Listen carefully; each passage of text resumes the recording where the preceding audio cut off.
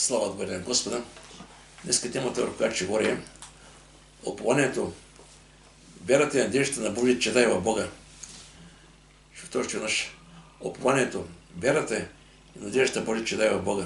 Всяко в този свят хората виждат това, което става. Стават войни, идват тежки, трудни, силни времена и хората нямат надежда и се примиряват с това, което става. Не знаем, че Словото Божие Бог ни дава надежда и още повече знаем, че с всеки измет ден наближава това време, когато ще бъдем при Него. И тук в първо Йоанна казва така. Йоанн казва, 3 глава. Вижте каква любов е дал нам Отец. Се речем Божи чеда. И такива сме. Затова светът не познава нас, защото Него не познава. Въззимени сега сме Божи чеда и още не е стало явно, ако ще бъдем. Да знаем, че когато стане явно, ще бъдем подобни Нему, защото ще бъдем както е. Разбира се, това е много дълбоко знание. Ще бъдем при Бога, ще бъдем както е, ще бъдем подобни Него за цялата вечност. Това е нещо уникално. И това Бог го обещава. И от нас исках от Него чеда да верим се истина. Това е нашата надежда. И нашата надежда е жива, защото Библията казва, че този, който ни дава нещо, той е жив и това е име нашия Господ Христос. Сега всичко, което става в този свят, говори, че наистина времето наближава за каята. Сега, ако не разберем, виждаме войни, земетресения, наводнения, стават много лоши неща. Даже в Нигерия има масово избиране на християни, казаха на година по колко или са убили. Това е страшна работа. На други места има просвет на земята, където има други катаклизми с много с християни. Словото се изпълнява, така че това, че в момента живеем спокойно, ако мога така, нямаме гонение, нямаме нещо, някакъв катаклизми като цяло, но като цяло, ако прием, времето е толкова динамично, че всеки не става по нещо. Някъде стават войни, някъде стават земята си, някъде наводнение. Докато преди време, на определени години, от цикъл години нещо се случваше. Сега вече всеки не става нещо. И това говори, че времето наистина наближава. И нашата надежда идва от Божието Слово. Това, което Бог казал, то се случва. Така че и тя се притесняваме. А напротив, трябва да приемем с вяра в фактите. И сега много хора се питат кога ще стане, как ще стане. Не се притесняваме. Бог знае кога ще стане. Въпросът е, от нас иска да оставим твърдя вярата. Библията казва, за онен час никой не знае. И от нас иска да се всеки Словото може да го вярваме, да насърчаваме и да припъднем в Господа, как Господи дава ни сили да ги оставим верни до край. Сега в Йоанна 16 глава Събей с Христос говори на своите апостоли. Той знаеше какво ще стане. Той знаеше, че той ще отиде от тях. Да, ще има смущение, ще има гонение. Много от тях ще бъдат разгонени само там, ще разбягат, както на 50 места. И с камъни, други и подгонят на други места. Но той ми каза, не се смущавате с сърцето си. Вие вярвате в Бога, вярвате в мене. Виждаме, че основното това, което трябва да не вярвам, е вярвата в Бога. Вярвам, че този същия Бог, който беше с тях, тогава ще почва да бъде с тях, даже когато се сгонявам с тях. Това е много важно. Сега дума, както вярвате в Бога, когато днес не виждате, така искам да вярвате в мен, когато не бъда след вас. И дай каква е надежда, виж казва Словото Божие така. Дома на отца ми е много обиталища. Ако не беше така, аз ще да ви кажа. Защото отидам да ви приготвя място. И като отида да ви приготвя място, пак ще дойда и ще взема при себе си, тъй като дойдете съм аз, да бъдете вие. В тези няколко стиха той каза наистина смисъл на цялото съществуване на нас, на християните. Ние вярваме Господа, той отиде да направи място първо на Голгота, добра, за нашите грехове, после се възнесе и сега го десна трона отца. И ако нем като цяло, за 6 дена Бог създаде света. Се представи 2000 години, кой направи Господ за нас. Може да нещо, Словото Божие каже, нещо, което човек няма как да се помисли, което може да дойде. Бог напад за нас. И сега, в една семестра, когато Исус се моли, просто се моли към баща си, казва така, Отче, желая где съм аз, да бъдат с мен и тези, които си ми дал. Виждам, това е волята на Христос. Той иска да бъде заедно с нас там в небето. Значи, виждаме тук едно припокроено желание на християните с покроено на Господа. Той каза, тези, които си ми дал, искам да бъдат с мен в небето. Наистина колко е това чудесно здание. И каза, да гледат към моята слава, която си ми дал, защото си ми възживал при създанието света. Слава да бъде на Господа. Сега, относно пришествието и нашето събиране при Господа, Словото може да ни кажат някои неща, които се случват по цялата земята. И това е знание, което трябва да го знаем. Сега, никой не може да намеси, да каже, сега той ще стане едно по едно. да мислим мозайката, как ще стане, как ще случи. Но, всеки Словото Божие може всеки да направи така на сметка времето, в което живеем, нещата, които стават.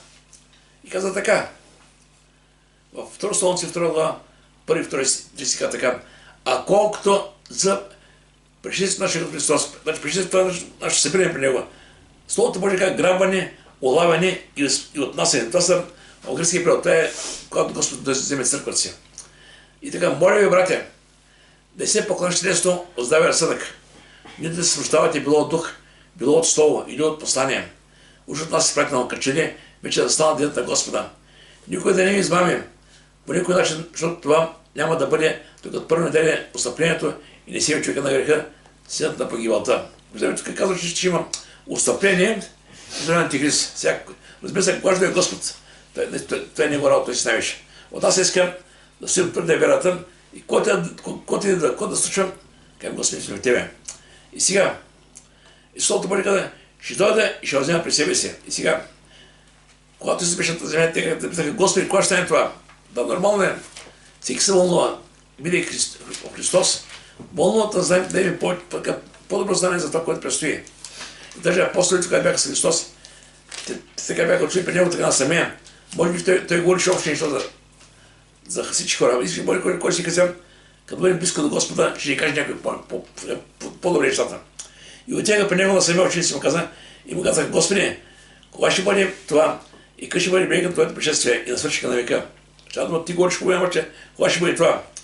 И всичко, което му каза Исус Христос. Пазете се да не ви заблуди някой. Значи, заблудата е първото нещо. Ще има заблуди, ще има лъжеучение, много ще има. И даже случай, говорим с така жена, и те вика, нали, те има своите виждания за тези неща, които предстоят да станат, нали, които ще бъдат спасени. И просто съм чул много пъти тезата, важно е човек да бъде вярваш. Вярваш, защото са добри хора. Обаче, това някъде е вярно, че вярваш като добри хора, обаче, за жалост, не всяка вяра води към небето. Всяка на вяра има концепция за добро. Обаче добро, обаче пътя към небето е само чрез Христос. Исус се каза, аз съм пътят, аз съм истината, аз съм и живота и никой не дохожда при Отца, освен чрез мен. И така Словото Божие каза така още. А за онзи час никой не знае, нито небесните ангели, нито Синът, а само Отец. Те го питаха, кога ще стане, така да ми пази за някой. И даже Деяния 1:7 стих, тук отново напомнят думите на Христос, когато апостолите го питаха, кога ще стане, как ще стане това. И тук се каза така. И те го казаха, Господи, кога ще звъниш на Израиль царството? И той им рече, не е за вас да знаете годините или времената, които Отец е положил в собствената си власт. Това е ръката му. Така че, който тази сега, каквото да кажеш, дата, година, месец, това ще бъде заблуда. Това е заблуда. Така че не вярвайте. И сега, какво ще стане с християните, когато Господ дойде вземе църквата? Мога така. Защото не всички да са рано или късно, това време ще дойде. Дали че се по естествен начин, или по нещо чрез грабване, но Словото Божие казва така. Сега, въпрос от 4 глава, трябва да си казва така. А не желаем, братя, да останете в неизвестност за ония, които умират. Да не скърбите като другите, които нямат надежда. Виждаме, че Словото Божие казва, че има надежда и за тези, които си отиват в този свят. Има надежда. И коя е надежда? Вижте, защото това ви казваме. Защото ако вярваме, че се обрал и възкъсна, така и починалите в Бог ще приведе заедно с Него. Защото това ви казвам, че Словото на Господа, че ние, които останем живи до Господното пришествие, няма да предаваме починалите. Сега дума апостол каза, ако ние останем живи, няма да предаваме тези, които са починали. И какво ще стане сега? Поне сам Господ ще седи от небето, с повелителен вик, при глас на архангел и при Божия тръба и мъртви Христа, ще се спомнят ботите, които са умрели при. После ние, които сме останали живи, ще бъдем гламите, заедно с тях в облаците, да посещаме Господа в въздуха и така ще бъдем всеки с Господа. Така, много ясно каза сега, детайли, кое как ще стане, какво много вълнува. Господа ни назима, може да бъдем с Него, аз трябва много, това е нещо като важно. Сега, много ще, може много ще, няма как си обясним, но за нас е важно да останем верни на Господа и когато Господ да вземе да бъдем наистина част от църквата. И сега в Словото Божие казва така. В 2 Коринтяни 5 глава апостол Павел пише тия неща като един човек, който е бил там и знае кой е там. Не пише просто на така, само от духа, той духа го пише, но той е бил там в небето, закаран в престъпление и реално той знае кой е небето. И каза така, защото знаем, че ако се разведе земния ни дом, става дума за тялото, телесна скиния, имаме от Бога здание на небесата, дом нерекотворен вечен. Тук говори, че на небето има нещо уникално всеки от нас. Понеже той дом изтенем, като житаме, се обличем с нашето небесно жилище. Наистина, тази Словото Божие каже, те скърби, които преминаваме, те са времени, не служава сравнение с това, което предстои в небето. И после казва така, още не стих, прочитам 8 стих. Понеже казвам, че се отразяваме, то предпочитаме да сме отстранени от тялото, да бъдем от дома при Господа. Значи, истинският живот за християнина е там. На тази земя сме хора, които преминаваме и заминаваме. И човек трябва да живее с тази надежда. Сега, що е към надежда? Понякога хората в този свят не сравняват живота си с това, което са придобили, с това, което са успели, това, което са правили. И казват така, аз живях достойно, създах семейство, направих къща, купих кола, родих децата си. Това са неща, които човек прави за тази земя. Обаче, истински смисъл не е този. Истински смисъл другия, да вериш Христос. Той да бъде на първо място. Другите работи, дай Боже да са добре, става да бъде. Исус Господ казва, не се представяйте, какво ще живете, кой ще пиете, кой ще обучите. Каза, но търсете първо Негово царство и Неговата правда, всичко останало ще си прибави. И тук сам казва така, защото за мен да живее Христос, а да умра придобивка, нещо, което е по-добро. Но ако живее в тялото, това значи плод от делото ми и така ще да независим. Той стои пред избора. Сега много хора стоят пред избора, когато са болни. Господи, моля, искам да живея още. Ще казва, аз вече искам да бъда там. Защото на тази земя той преживяваше много изпитания, които чем коринтяни, галатяни. Много ми са прочекване, послание, описа мъките, които е преживявал. Били се много пъти. Бил е хвален като умрял в морето и много е преживявал много неща. Даже и така бях вече направя, че се отида от тази земя. Но пак беше жив. И така за така, да живее в тялото, това значи плод от делото ми, което избере не знае каза. И каза така, съм натясен между двете. Поне имам желание да отида и да бъда с Христос, това е неговото желание. Защото това би било много по-добре за мене. Но да остана в тялото е по-нужно за вас. Сега да той знаеш, ако остане, продължава благата вест, продължава делото Господне. И така са между двете. И сега 16 месеца казва, как ще стане това? Само едно грабване, нали, библейски, така говорим грабване, според гръцки превод казва улавяне или отнасяне. Това е време, в което среща между Господ и неговите деца, църквата, Божите деца. Словото Божие казва промяната, която ще видим в миг на око. Защото ние сме така, не можем много да с тези тела, нещо се получи. Словото Божие казва така. А така казвам, че кръв и плът не може да са Божие царство. Значи дума, тази плът и кръв, те просто са в земята. А какво ще става тогава? Нито с тленото, но с тленото. Ето една тайна ви казвам. Ние всички ще починем, но ще се заменим. Вече нищо ново ще стане. В една минута, в миг на око, при последна тръба, защото тя ще се тръби и мъртвите Христа ще разкъснат нетленни и ние ще се изменим. Нетленни, вечни тела. Затова това тленото, тя се облече в нетление и това смъртното се облече в безсмъртие. И после предните си го казва така. Първият човек е от земята, пръстен. Вторият човек е от небето. Сега пръстен е това, което виждаме. А небесният човек е това, който е вътре в нас. И къвто е пръстен, такива са и пръстните. А къвто е небесен, такива са небесните. И както сме се облекли в образа на пръстен, ще облечем и в образа на небесен. Значи това ще стане по един уникален начин. И Словото Божие казва така. Става взимени мои, бъдете твърди, непоколебими и произведете всяко Господ дело, понеже знае, че Господ до мен е напразен. Слава до мен, Господа. Сега, Словото Божие казва, че Исус ще преобрази и ще промени нашето тяло. И в Филипяни 3 глава, 20 стих апостол Павел казва така. Защото къде е нашето гражданство, трябва да го важно. В Филипяни 3.20 казва така. Защото нашето гражданство е на небесата, откъдето очакваме Спасителя Господ Христа, който ще преобрази нашето унижение, сега съобразно на Неговото тяло. Значи ще промени това тяло. Станем подобно на Него. Гледа така, подобно на ангел ще станем. Разбира се, нещо няма как да го разберем сега по-човешки. Как ще стане това? Не мисли как ще стане. Просто вярвай, приемай с Господа, приемай Духа, това, което ти оказва и кажи, Господи, аз искам да бъда с Тебе. Как ще стане? Ти знаеш как ще стане. Не е толкова фатално да точно да разберем всеки един детайл. Просто щом се вярата, Господ ще вземе и ще да промени. Това е самата истина. И сега, първена, първена 3-2, с който започнах, там каза, ще бъдем подобни на него и ще видим както е. Да, каза така. Знаем, че какво ще бъдем, но знаем, че когато сте няма, ще бъдем подобни на него. Значи подобни на Бога, ще видим какъвто е. Значи това е нещо уникално. Бог сега не може да видим. Бог е навсякъде. Във всяко нещо. Така че понякога прави рисунки на Бог като дядо Божий. Той не е човек, той не е дядо. Той е навсякъде.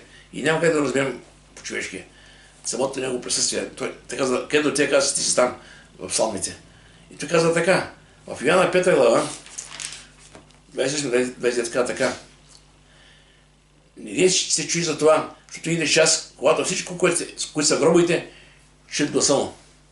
И ще излязат онези, които са вършили добро, ще са за живот, а които са вършили зло, ще са за осъждение. Виждаме, че когато тези, които са умрели сега, и тези хора, които са при Бога, ще възкъсат за такъв, че нетленни тела, Словото Божие каза. А тези, които са умрели без Бога, и там ще станат пред престола на Бога, и за жал ще бъдат хвърлени пада и огня на този. Това е реалността. Но нашата вяра къде е? Вижте казва Бога. Истина ви казвам, което ще е моето учение. Вяра в този, който ме е пратил.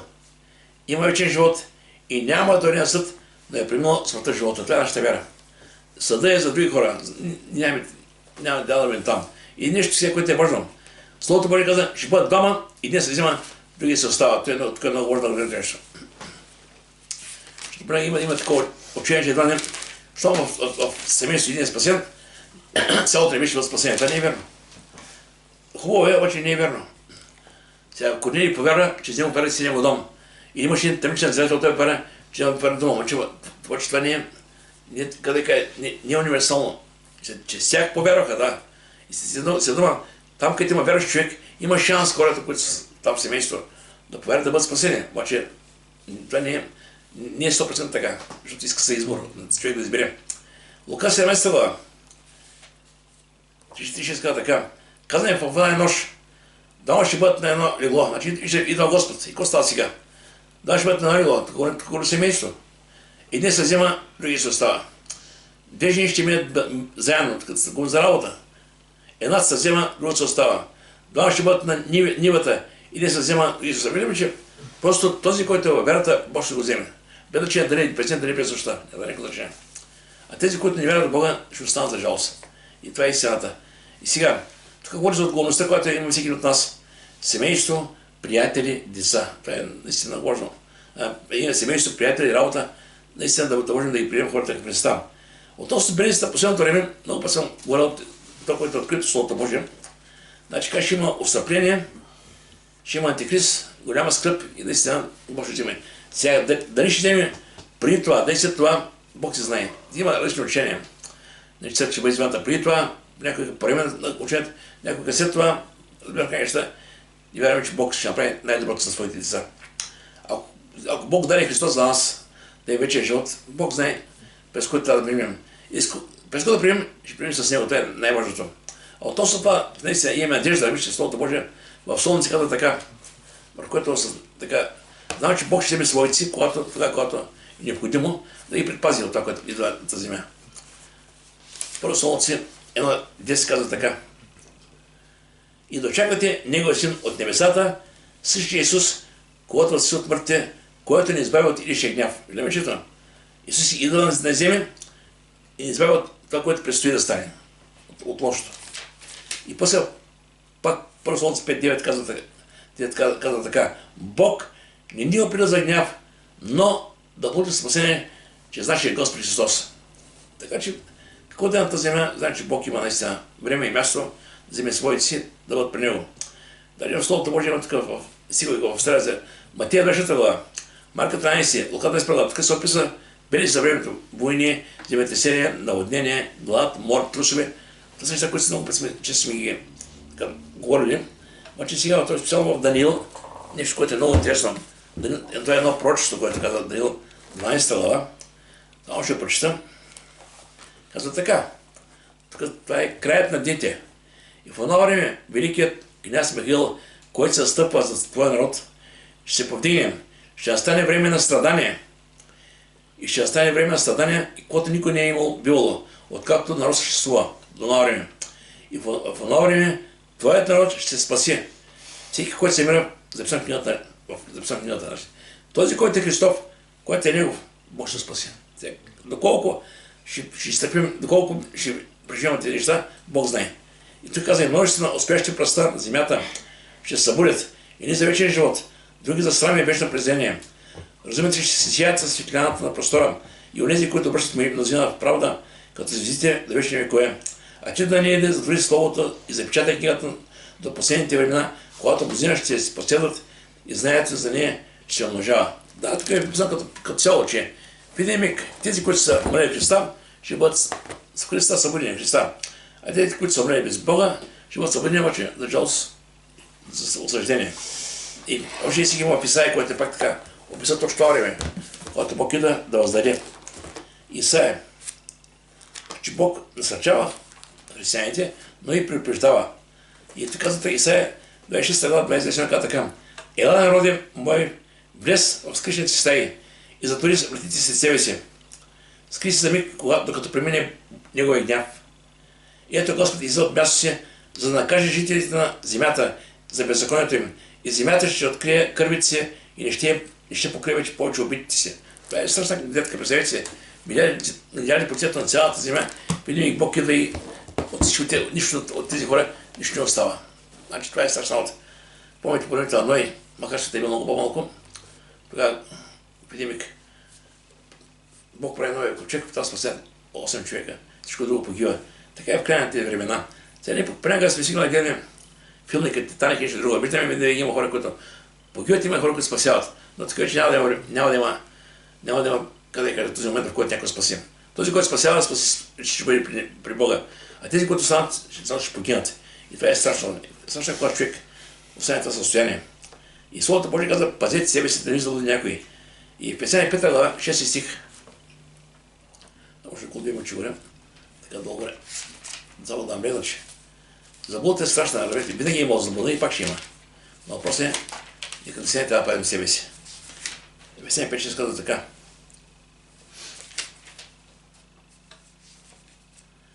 никой да не умре с празни думи, поради поради тях тези неща и да Божия гняв, просветите покорство. Празни думи, думи, които нямат живот.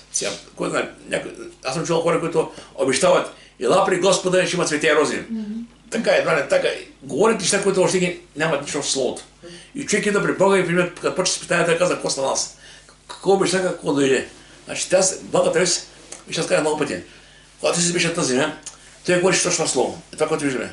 Той говореше, който вярно се спасяваше. Сега искат прясно помазание, прясно слово от небето. Едва не правим много неща, искаме прясно. Ма чакай, това е Божие слово. Това не е старо. Словото е едно. Така че когато хората пребегат за сметка на другата, ще се влизат в залудие. И Словото Божие нещо казва сега, в първа една, чуйте глава. Внимавайте в тези последни времена, казва така: възумени, не вярвайте на всеки дух, говоря на всеки учение, но и първите духовете са от Бога. Защото много лъжа пророци излязаха по света. Това го казва при текили, така че трябва да пазим себе. Сега искам да кажа някои неща относно отстъплението. Това е нищо е реално. Отстъпление поради какво? Поради извънни учения. Това казва Словото Божие.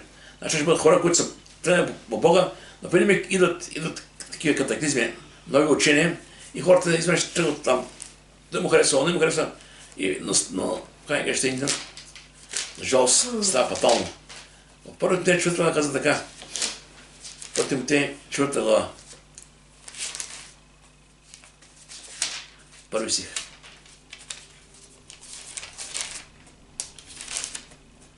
А духът излишно каза, че последните дни някои ще осъпят от вярата и ще измамни духови без всичко учение. Тук това е отстъплението. И много е страшно, че някой човек е чул Божие Слово, бил е посветен на Бога, преди миг е дошло някакво учение и то преди миг му поляло и той е тръгнал, че и тогава става страшно. И така, чест лицемерите човеци, които лъжат, част се прегоряла. Начално съвестта е това, чрез което Бог държи хората в будни. И когато съвестта е прегоряла, той няма как да общите Бог. И казва така: които държат чест се прегоряла, това е страшно. И Словото Божие ще се появят учители, и учение. Имаше едно благочестие, но отречено от силата му. И така даже в Тимотей каза, за много такива хора, които идват, и казват, че тези учения все повече и повече се разрастват. Те няма спрат. И днес трябва да бъде много внимателна. Сега, във 2 Тимотей, 2 глава каза така. 2 Тимотей, 2 глава, 16-17, да. Отдалече са скверните празнословия, защото те ще отиват още по-дължите в нечестия. И после в 3.13. А нещите човеци измамници се влушават повече и повече, като мамят и бъдат мамени. Това е истината, което чакаме сега. Сега, разбира се, всеки трябва да благодари Бога с истинско чувство, не иска да бъде сега, да се спаси душата си, иска да така да бъде, да знае повече за Бога, обаче понякога, приемайки от различни места Слово Божие, и когато не може да виждаш нещо, което не е точно по Библията, просто сверявай всичко с Библията. Това е нашия индикатор. Всичко друго е фалш. Сега мога кажа като цяло, че ние не знаем кажда е Господ, но знаем, че дори. И въпросът е да бъдем будни и да го очакваме. И въпросът от 5-6 казва така.